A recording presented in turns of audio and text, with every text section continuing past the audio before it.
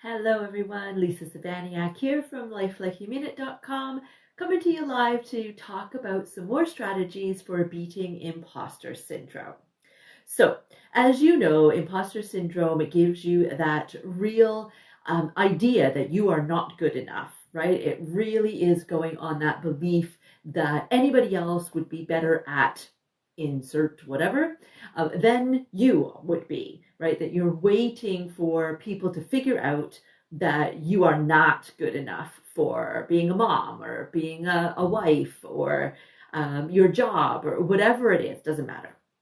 So where you get these ideas, these belief systems, right? It really doesn't matter. All of us end up forming our really intricate beliefs about ourselves by the time we're 7 years old, right? So when you think about what you knew about the world and about yourself and your abilities and what life would be like and all the rest of it when you were 7, I mean, what?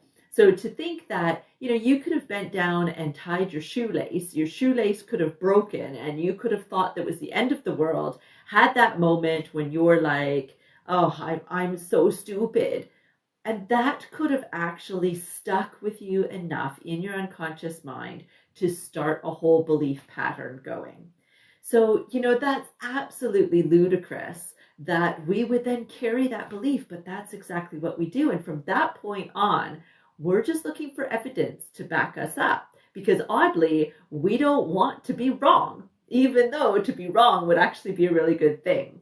Right? And so what we start to do is we start to look at all of our experiences that happened to us from that point forward, and we are looking for evidence and we find it, right? Because our experiences we are seeing through the eyes of somebody who already believes that we're not good enough or that we're stupid or whatever it is. So we're just constantly reinforcing, and that causes us to start to be really hypercritical of ourselves, right? We start to have a mantra that starts to develop in our minds, right? We start to remind ourselves how stupid we are and how useless we are and how we're not good enough.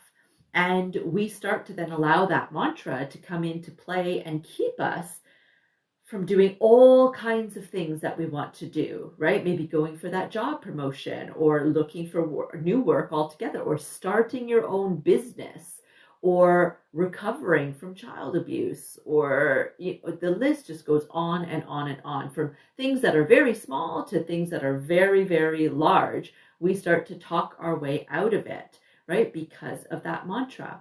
And if we really take a moment to think about that mantra, hi Vicky, nice to have you here, to think about that mantra and really think about where that's coming from and think, if I saw my friend preparing to go out on a job interview or start her own business or becoming a mom or getting married or all those types of things, if I saw her doing those things, would I think that she was useless and worthless and she wasn't good enough and she couldn't do it and she's going to make a giant ass of herself? And would I think those things? No, because if I had people in my life that I thought those things for, then they don't deserve to have me as a friend, because that's a horrible friend that I would be, right? The point is that these horrible voices that we've got in our heads, they're our voice talking to us. We would never talk to somebody else that way. We would never even think those things about somebody else. And you know what?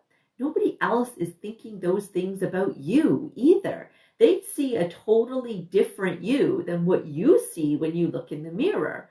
And yeah, you're going to turn around, you're going to say, yeah, but Lisa, they don't know the real me. And okay, fine. Maybe they don't know. But is the real you that you're talking about, that person that has the mantra that's going on, they don't know that mantra that's going on in your head?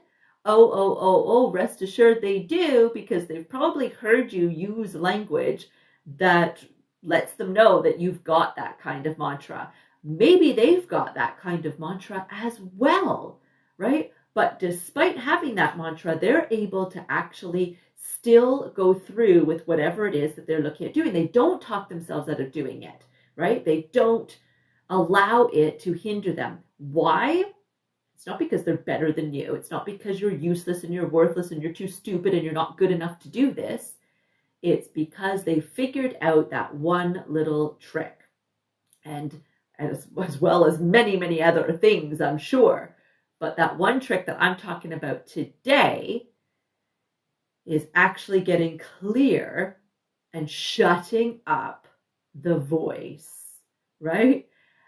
Figure out who invited this voice to my party, right? This voice that's telling you that you're not good enough, she's a mean girl, right? I've got a beautiful friend of mine that would not be upset for me sharing this story with you. She recently shared with me about a journey that she's been on in the last year, really kind of connecting with herself.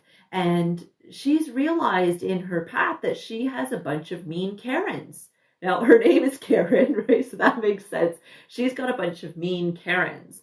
And I love this idea, right? Because mean Karen, it doesn't mean that Karen deserves to hear that. It doesn't mean that Karen herself is mean.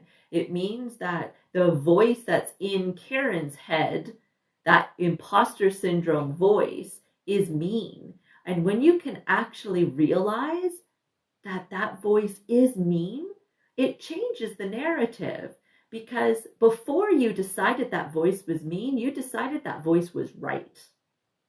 You just decided, yep, that's totally true. 100%. I've had that thought, so there must be, nothing else that's true in the world. This is right. And in that moment where you actually step aside and say, damn, that girl is mean, right? That starts to change everything. It starts to open up your awareness about this voice and starts to give you a different voice. It starts to allow you to challenge that voice a little bit and say, well, wait a second. Mean Lisa has come out to play here. Do I really want Mean Lisa to run my show right now?